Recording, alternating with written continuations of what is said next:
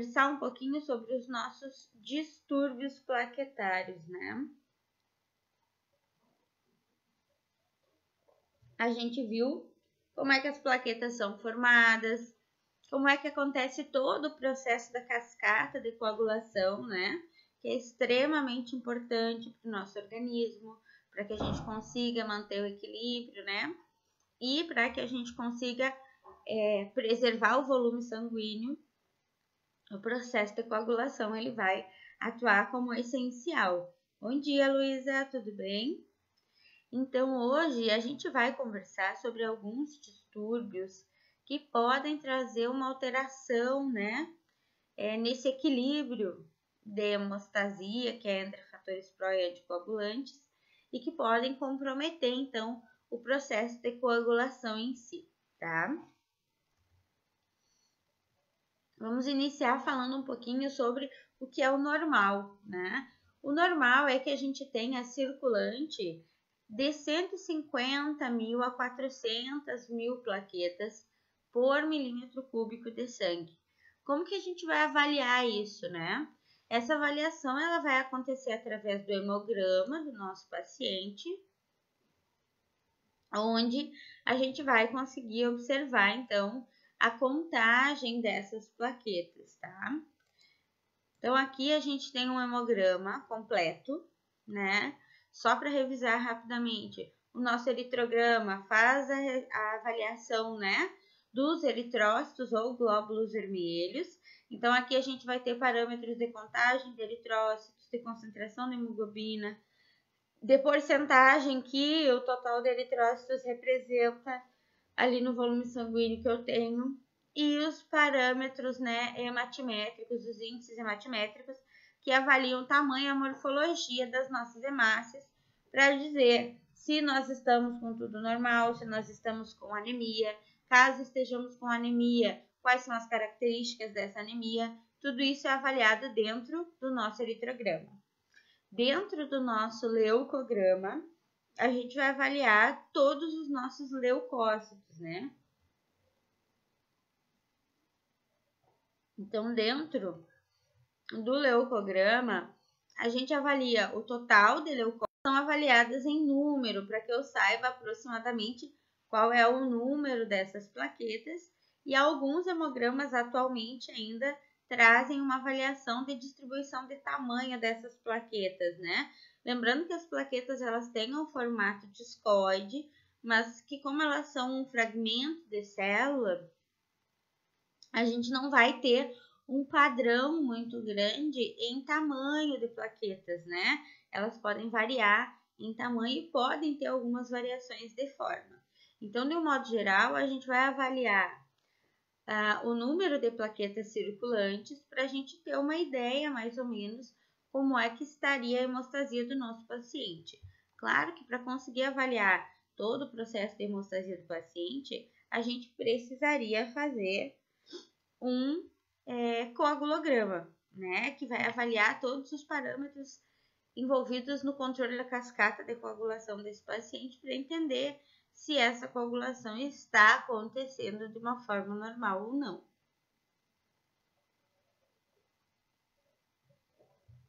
Então, esses são os valores normais das nossas plaquetas, né? Geralmente, quando a gente está com as plaquetas altas, a gente pode doar, tá? O banco de sangue, ele recebe plaquetas também, a gente vai falar sobre isso mais pra frente, mas ele recebe plaquetas também. E aí vocês podem ir lá doar as plaquetinhas que estão sobrando um pouquinho em vocês, tá? Bom, os distúrbios em plaquetas, então, vão caracterizar alterações que podem acontecer tanto na quantidade de plaquetas, então no número, quanto na funcionalidade dessas plaquetas. Então, os distúrbios plaquetários eles podem estar associados a alterações no número de plaquetas ou a alterações, né, no funcionamento dessas plaquetas. Porque lembra que as plaquetas elas precisam ser ativadas, elas vão liberar grânulos de dentro do seu interior, né? Esses grânulos vão ativar mais plaquetas, vão auxiliar no processo de adesão das plaquetas à parede dos vasos, vão auxiliar nos processos de agregação das plaquetas, que é a ligação entre as plaquetas, né? Para que eu consiga formar aquele tampão primário. E depois, então, eu continuo a ter a cascata toda de coagulação acontecendo para conseguir converter o fibrinogênio em fibrina e formar a rede de fibrina que vai tornar o meu coágulo permanente agora, né? Então, as alterações relacionadas principalmente às quantidades, elas vão ser divididas de duas formas, né?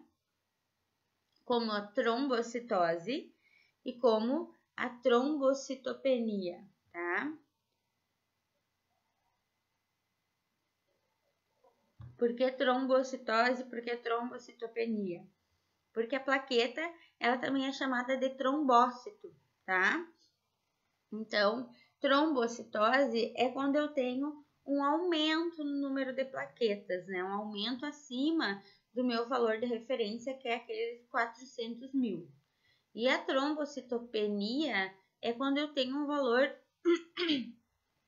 reduzido no número de plaquetas. Esse valor reduzido é abaixo do valor de referência, então abaixo dos meus 150 mil, certo? Então, trombocitose e trombocitopenia são duas alterações correlacionadas com a quantidade, mas elas podem ter diferentes origens. Eu posso ter trombocitoses e trombocitopenias por diferentes motivos. Bom dia, Brenda, não tem problema, tá? Então, a trombocitose e a trombocitopenia, elas podem acontecer por diferentes motivos. A gente vai conversar um pouquinho por que esses motivos podem acontecer, tá? Em uma trombocitose, né, primária, a gente vai ter um aumento na produção de plaquetas, que geralmente vai acontecer em torno de 1.500.000 plaquetas, e ela vai estar correlacionada a uma produção aumentada. Então, o meu organismo ele está produzindo muitas plaquetas, tá? Essa trombocitose primária, ela pode estar relacionada a alguma mielofibrose ou alterações, né, lá na produção na medula, naquele controle, né, na produção de células de linhagem mieloide e na produção, então, dos precursores das nossas plaquetas, tá? Que são os megacariócitos. A trombocitose secundária é uma trombocitose que pode ser classificada como reativa ou reacional, onde eu vou ter um aumento na produção de plaquetas. Bom dia, Luísa, tudo bom? E esse aumento na produção de plaquetas pode estar relacionado a diferentes fatores. Então, a resposta a alguns fatores não tem problema. Então, esses fatores podem ser infecções, né? Virais, bacterianas, parasitárias, podem ser ferropenias, alterações nas quantidades de ferro no organismo, podem ser em função de cirurgias em que o paciente tem uma perda de sangue um pouco significativa e aí o nosso organismo faz produzir muito, e aí foi, na verdade, uma trombocitose reacional, né? Foi em função daquele acontecimento, daquele evento em si, tá? Então, numa trombocitose secundária, eu geralmente não vou ter um aumento tão significativo quanto eu tenho em uma trombocitose primária, tá? E essas trombocitoses, elas ainda podem ser classificadas em diferentes tipos, além de primária ou secundária, elas ainda podem ter origens específicas, tá? Então, a primeira delas vai ser a trombocitose familiar. Como o nome já diz, familiar, né? É uma condição genética, então ela é uma herança genética e é uma herança dominante. Então, a gente vai herdar o gene dominante do pai ou da mãe para expressar essa condição, né? Está correlacionada, então, à mutação do gene da trombopoetina. Lembra que a trombopoetina é aquela molécula produzida lá pelo nosso fígado para sinalizar para o nosso organismo que eu preciso produzir mais plaquetas, tá? E aí eu vou ter uma sinalização excessiva e vou produzir muitas plaquetas, tá? Como é que o médico vai acabar suspeitando de um quadro de trombocitose familiar? Então, geralmente quando começa a aparecer nos exames, nos hemogramas, né? Começa a ter sempre trombocitose, sem uma explicação, sem um motivo específico, né?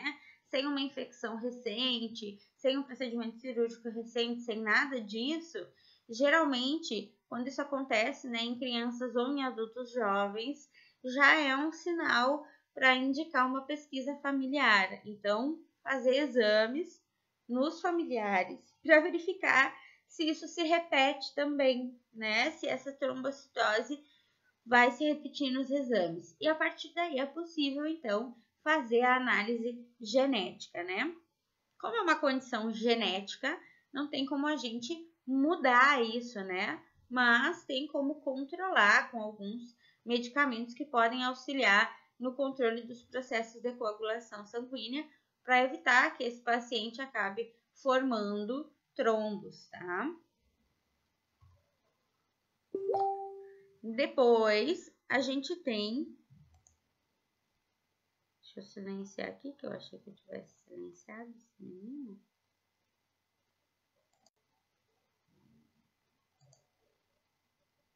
Eu silenciei, no caso.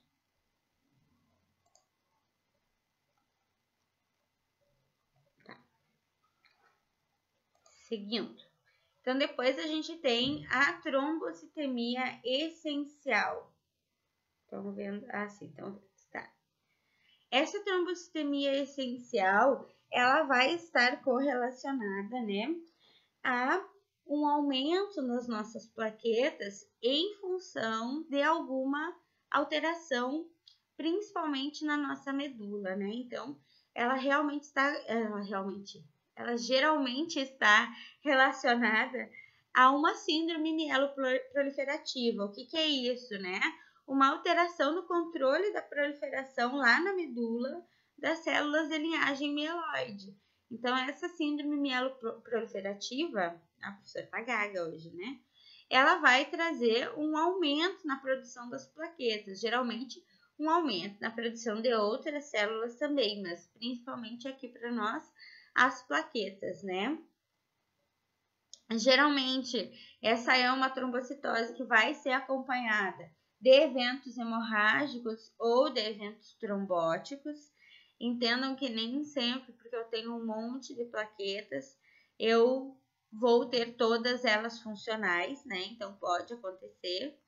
E, geralmente, o que vai levar ao diagnóstico são alguns sintomas recorrentes, como a obstrução de pequenos vasos, tromboses venosas ou arteriais, cefaleias excessivas, alterações visuais, né? Paralisia na musculatura facial, insuficiência vascular, né? E aí a gente vai ter o surgimento das varizes. São algumas situações que podem levar a uma suspeita inicial, né?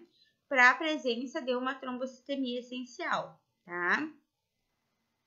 Essa é uma doença que vai ser predominante em idosos. Então, geralmente, ela vai acontecer nos idosos, mas é importante a gente entender que não quer dizer que não aconteça em outras idades, mas é predominante na vida, na terceira idade, né? Na terceira fase da vida. Depois, a gente tem a trombocitose reacional. Como o nome dela já diz, ela vai acontecer em resposta a alguma coisa, né? Enquanto a essencial, ela acontecia lá na origem, né? Em uma alteração no processo de produção das plaquetas, a reacional, ela vai acontecer em resposta a algum estímulo específico. Então, ela vai resultar da estimulação da nossa medula em produzir mais plaquetas, né? Essa estimulação ela pode ter diferentes origens. Então, em quadros com anemia por deficiência de ferro, né?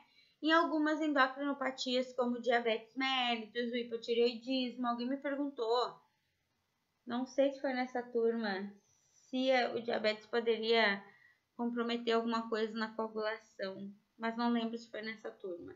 Enfim, mas o diabetes mellitus, o hipotireoidismo também são condições que podem levar a uma estimulação excessiva para a produção de plaquetas. Temos os processos inflamatórios, e aí aqui vão entrar todas aquelas doenças inflamatórias crônicas também, né? Que é importante a gente entender que a plaqueta ela também atua na resposta inflamatória, né? Auxiliando nos processos de quimiotaxia. Então, quando eu tenho processos inflamatórios, eu vou ter um estímulo maior para a produção de plaquetas, tá? Algumas neoplasias podem estimular esse aumento na produção plaquetária. Terapias com corticoides também podem acabar aumentando. A recuperação, né, de algumas trombocitopenias realizadas com fármacos também pode acabar trazendo um aumento excessivo, ou ainda aquela recuperação que é mesmo sem o uso de fármacos, pode ter um aumento significativo. E também uma recuperação da trombocitopenia causada por quimioterapias, né? Então, a trombocitose reacional, ela vai ser um aumento no número de plaquetas, que está correlacionado geralmente a um quadro de recuperação de número de plaquetas ou a um quadro de estimulação excessiva à nossa medula, tá? Além disso, a gente também tem aqui no nosso quadrinho de exemplos a pós-esplenectomia. A esplenectomia é quando o paciente ele precisa tirar o baço, né? Essa retirada do baço vai trazer como consequência algumas alterações, pelo menos até o organismo ele conseguir se adaptar. O que vai acontecer, né? O baço ele é responsável por armazenar parte das nossas plaquetas circulantes, né? Uma porcentagem fica no baço. Além disso, uma porcentagem dos nossos leucócitos fica armazenada no baço para ser mobilizada quando a gente precisa ter uma resposta imunológica, né, mais significativa. E a gente vai ter o baço e o fígado como os responsáveis pela captura das nossas células sanguíneas senescentes e degradação dessas células. Então, além de eu ter todas as plaquetas circulantes, né? Porque eu não tenho mais como armazenar no baço, então eu posso armazenar um pouco no fígado, mas não vou ter o mesmo armazenamento que eu teria no baço. Além disso, eu tenho um comprometimento no processo de degradação, porque o meu corpo, ele não vai responder imediatamente, tá, olha, ela tirou o baço, vamos trabalhar mais agora. Não é assim. Ele precisa de um período para adaptação. Então, nesse período de adaptação, principalmente logo após a esplenectomia, várias alterações podem acontecer, tanto em número de eritrócitos, leucócitos ou plaquetas. No caso das plaquetas, tanto porque eu perdi o meu local de armazenamento de parte das plaquetas, quanto porque eu perdi o principal órgão responsável pela degradação de plaquetas e também das células sanguíneas em senescência, tá?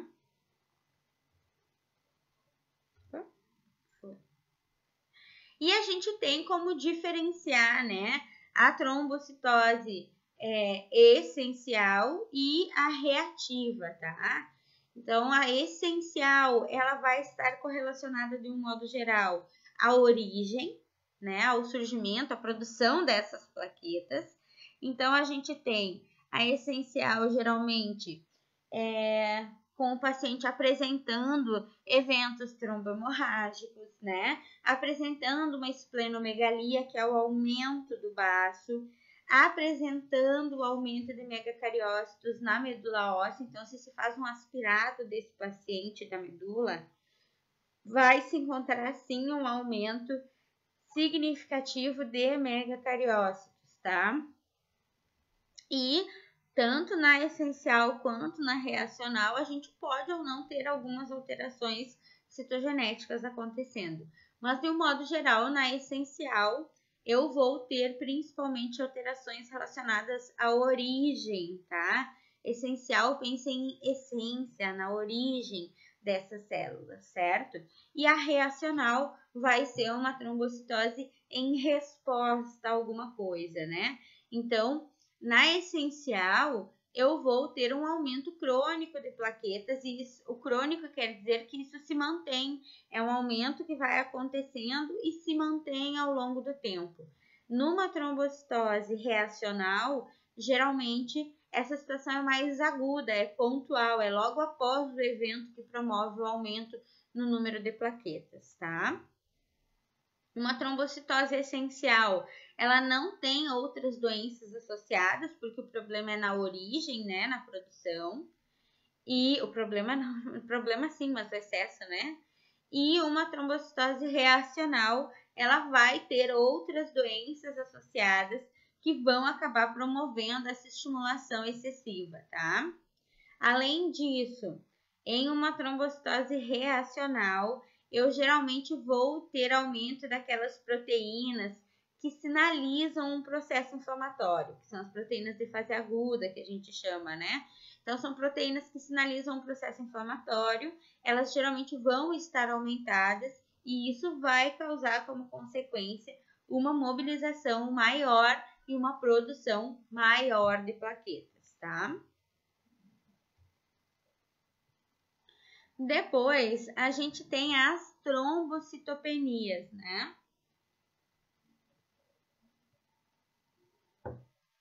Então, notem aqui na nossa lâmina, ó, que a gente não vê plaquetas, né? A trombocitopenia é a falta das nossas plaquetas, tá? Aqui a gente tem algumas células, né, que a gente viu já em microscopia na nossa aula passada. E, então, a nossa trombocitopenia, ela é caracterizada pela diminuição no número de plaquetas para um número menor que 150 mil plaquetas, né? 150 mil é o mínimo de plaquetas que nós temos que ter, e abaixo disso, então, nós caracterizamos uma trombocitopenia, tá?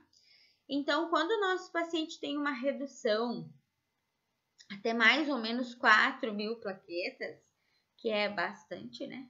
Muito mesmo, de redução, ele pode começar a ter hemorragias espontâneas. O que a gente precisa entender? Que essa redução, que pode começar a causar um aumento no risco de sangramento, ela vai depender também do quadro geral do paciente, da atividade do nosso paciente e da funcionalidade dessas plaquetas. Porque se ele tem as plaquetas, por mais que sejam poucas, mas bem funcionais, né, tudo certinho, é mais fácil de não acontecer eventos hemorrágicos.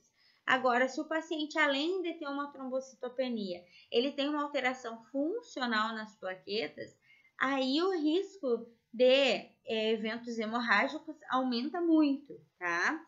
Então, o nosso paciente com 4 mil plaquetas de contagem, ele pode ter um evento hemorrágico com mais facilidade, mas ele geralmente vai estar correlacionado a algum trauminha, algum machucado. Espontaneamente é mais difícil de acontecer. O que é espontaneamente? Estou aqui vivendo a minha vida saltitante e começo a ter um evento hemorrágico aleatório, pela gengiva, pelo nariz, mesmo que eu não tenha me machucado ou me batido. Isso é um evento hemorrágico espontâneo, tá?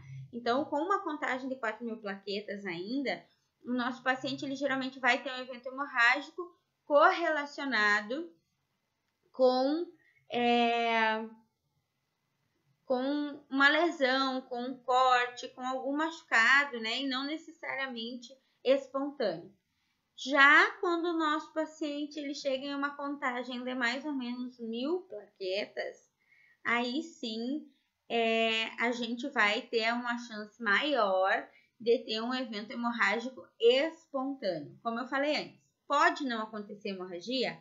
Pode não acontecer. mas a chance é muito maior de que ocorram eventos hemorrágicos espontâneos, né? Hemorragias intestinais, hemorragias gástricas, hemorragias pela gengiva, enfim, os eventos hemorrágicos eles podem acontecer espontaneamente e com uma facilidade muito maior, tá? E aí a gente tem as situações em que a gente pode ter um falso diagnóstico de trombocitopenia, porque lembra que a contagem dos nossos trombócitos, ela é feita principalmente com o citômetro, que é aquele aparelho que faz... Não, bom dia, Jeff. Camille, não tá aparecendo o vídeo? O que tá acontecendo? Ou tu tá querendo dizer que não vai conseguir assistir agora?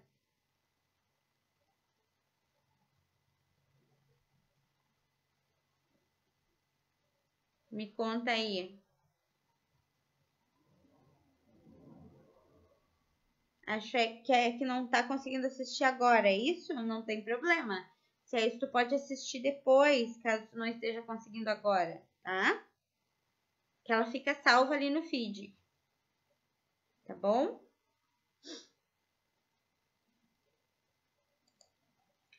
Muito bem. Então, a nossa trombocitopenia, ela pode ter o seu falso diagnóstico, principalmente correlacionado, né?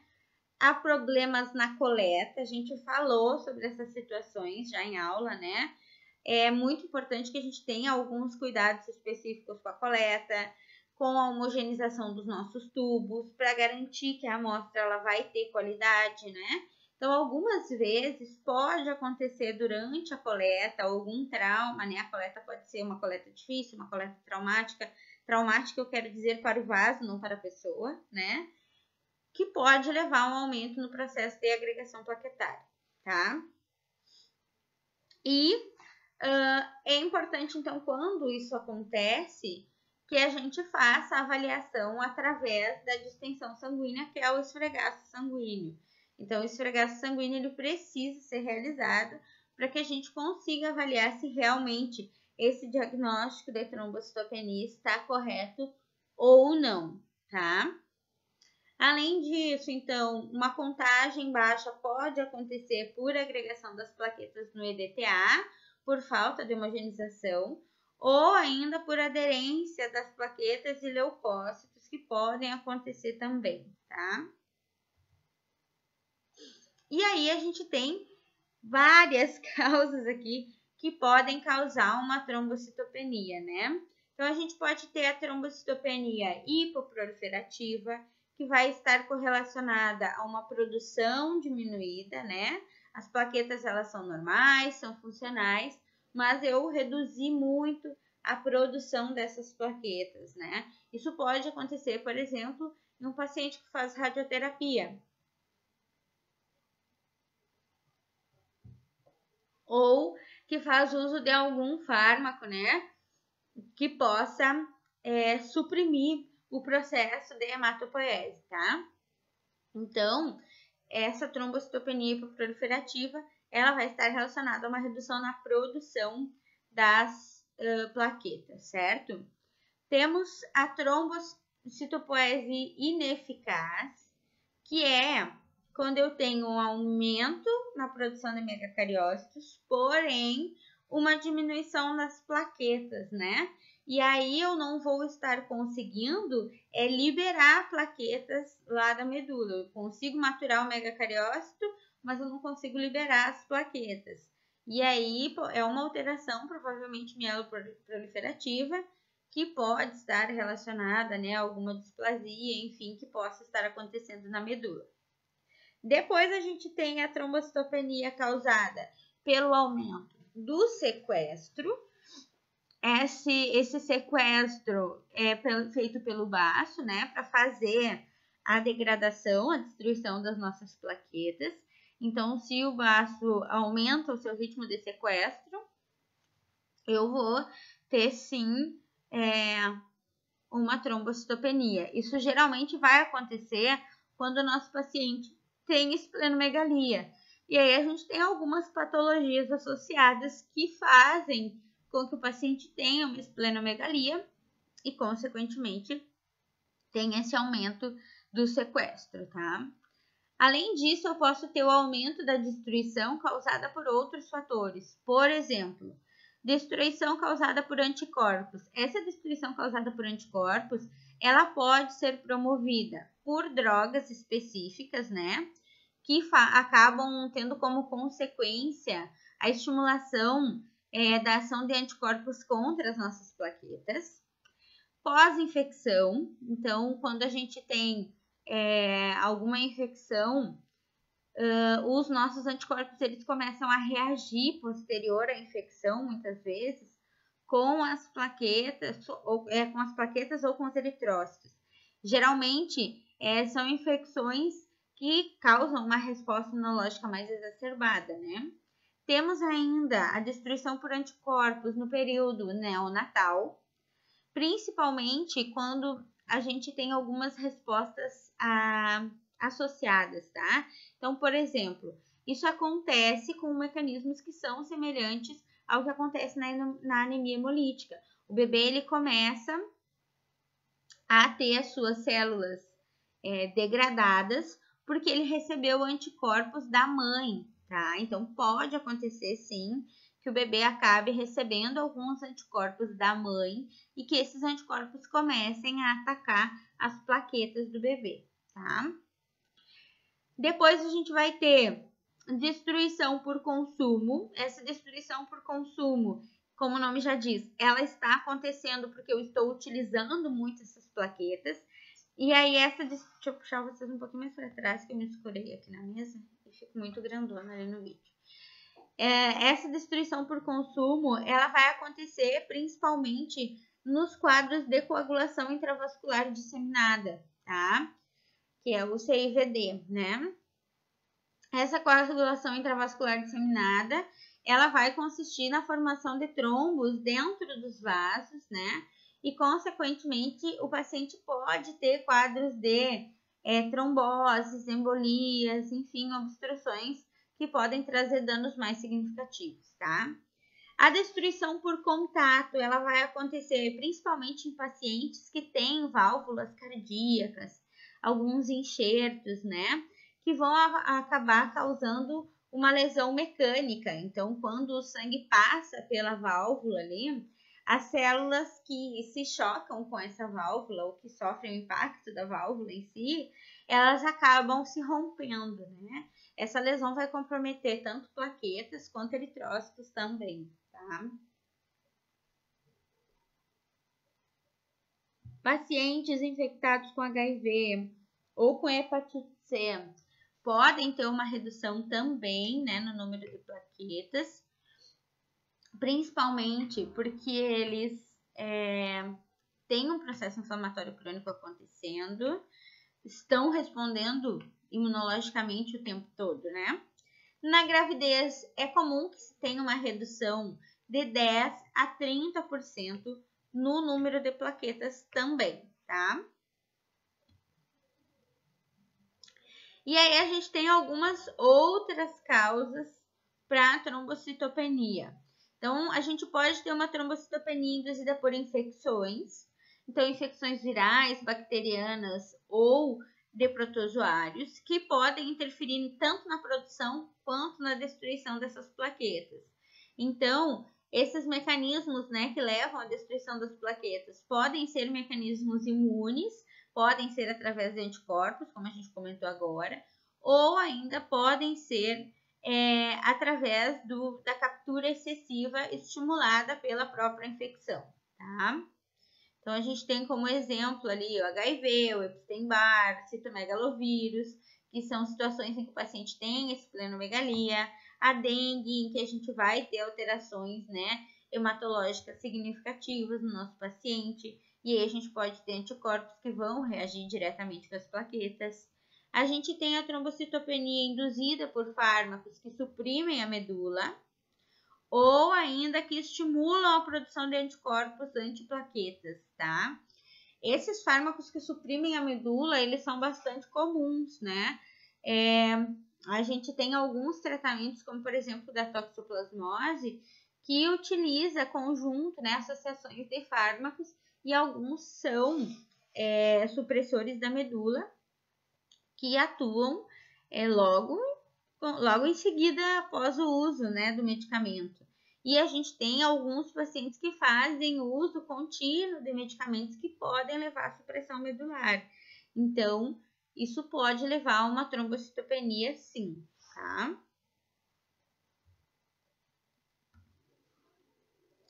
Depois a gente vai ter a trombocitopenia induzida por heparina.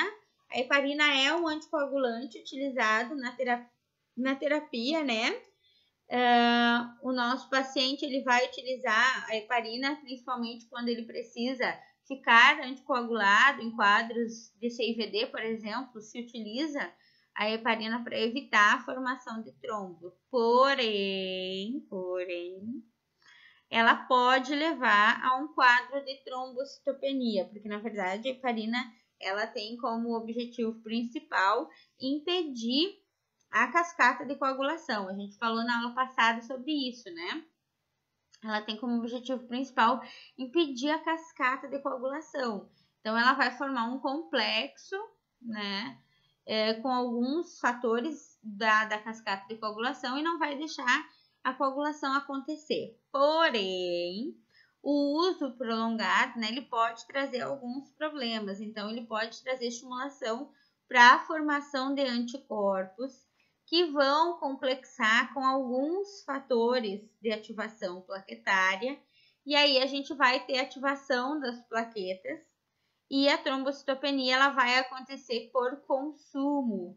Então, eu começo a formar trombos e por isso eu tenho uma trombocitopenia, tá? E aí, o nosso paciente pode apresentar algumas tromboses.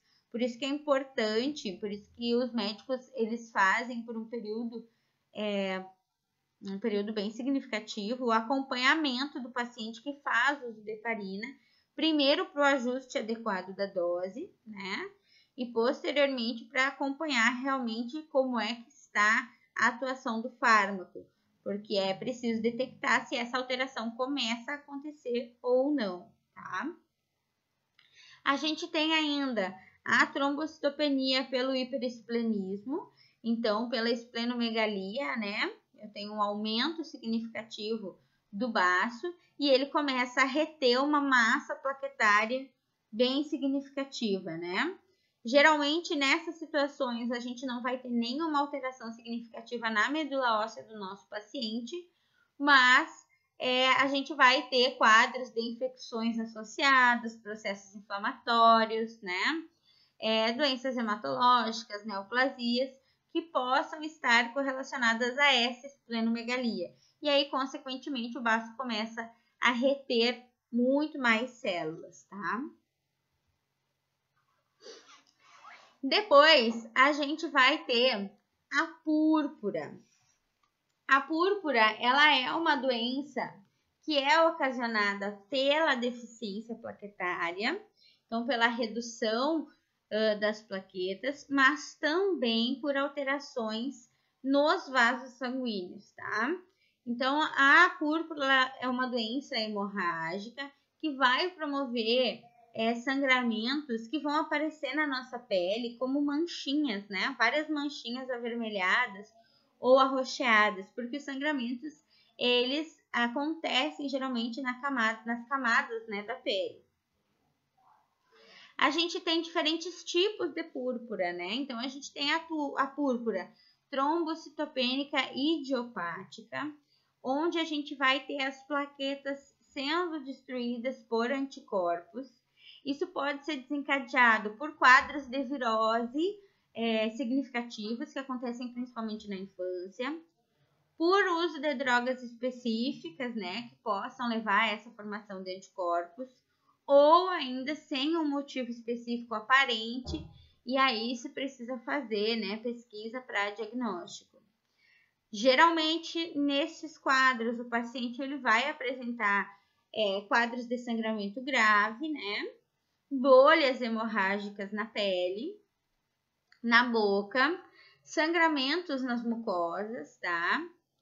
Esse quadro ele pode se tornar crônico, então quando o paciente ele tem uma púrpura crônica, geralmente isso vai acontecer de forma mais lenta, então ele vai ter eventos, né, hemorrágicos esporádicos e não tão significativos, tá?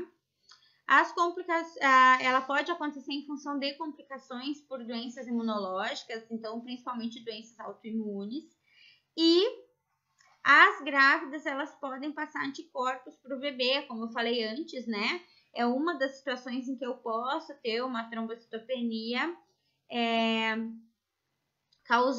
causada pela interação com anticorpos. A mãe passa anticorpos para o bebê e esses anticorpos eles vão acabar degradando, né, atacando as plaquetas. E aí a gente vai ter a púrpura neonatal. Depois a gente tem a púrpura trombocitopênica trombótica. Geralmente ela está associada, né, a uma anemia hemolítica, a uma trombocitopenia, insuficiência renal. O paciente vai apresentar alguns sinais neurológicos, às vezes em função da alteração no processo de coagulação, né?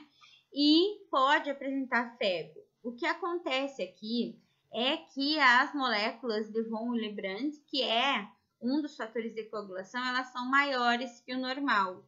E aí a gente vai ter comprometimento, né, no processo de agregação plaquetária. Então, a gente tem essas alterações acontecendo, principalmente em função do comprometimento na agregação plaquetária. Então, ela é mais comum em pacientes que têm HIV e em gestantes, né, do que a idiopática, por exemplo.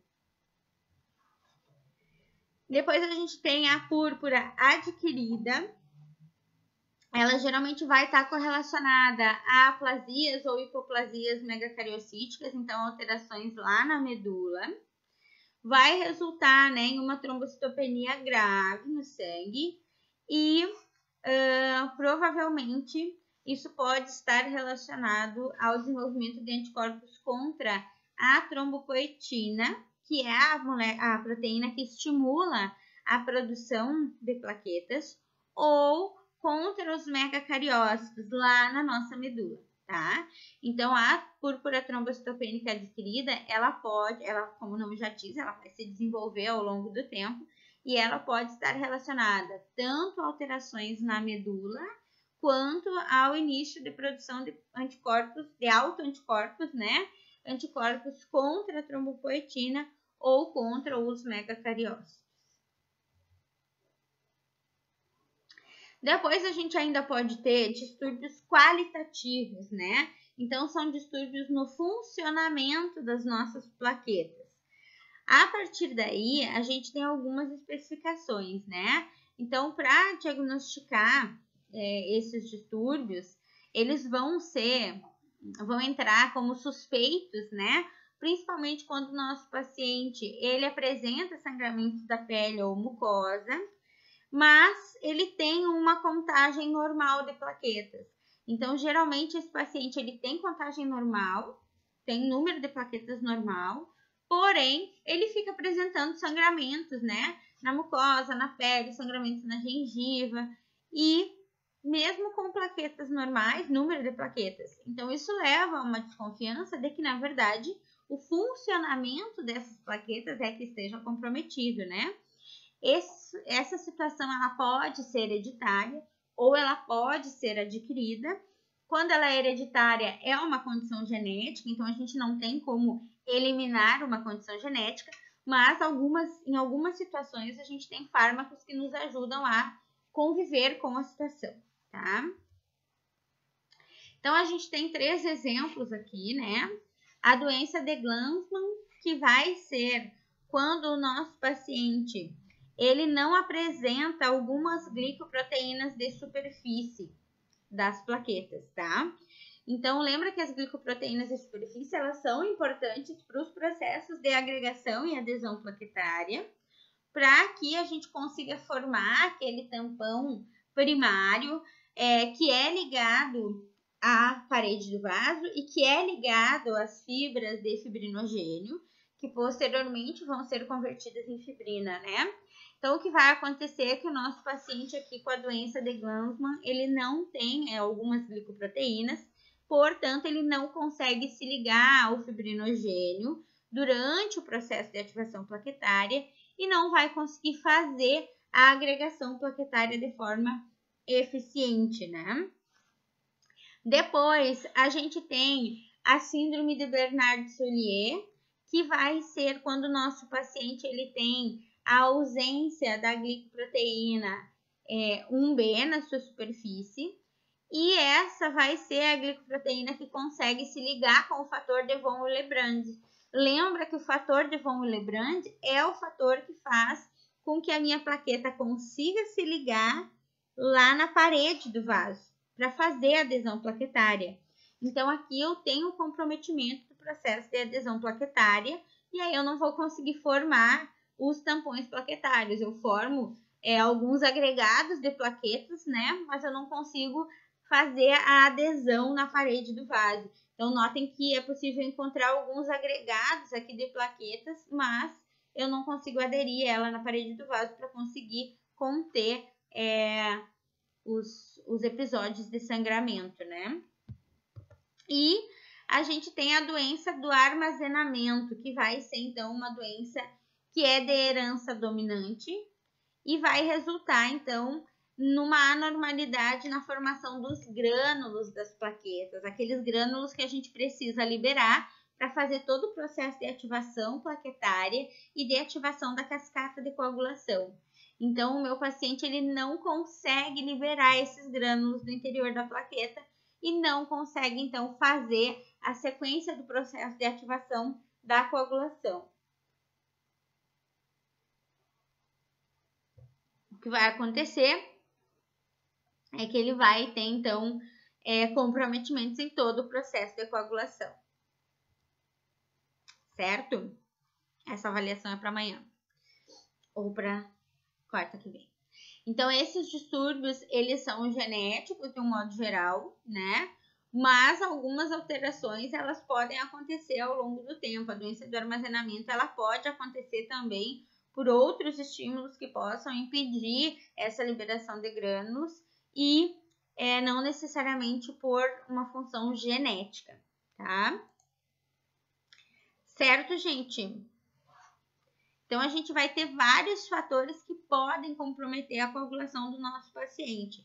Podem ser por alterações na produção das plaquetas, ou produzindo em excesso, ou produzindo pouco, ou ainda podem ser por alterações no funcionamento dessas plaquetas, aqui no caso desses exemplos, em função de falta de algumas glicoproteínas que podem comprometer ou a agregação ou a adesão plaquetária, e ainda situações em que as nossas plaquetas elas não conseguem liberar os seus grânulos de sinalização para ativar o processo da cascata de coagulação, tá bom? Dúvidas, angústias? Tudo tranquilo? Então tá bem. Gente, então para hoje o que a gente tinha para ver era isso. Eu logo mais já posto para vocês essa aula ali no AVA. E estou disponível para dúvidas, então qualquer coisa vocês me chamem ali no WhatsApp e tirem as suas dúvidas, tá bom? Até amanhã então, fiquem bem, um beijo, tchau, tchau!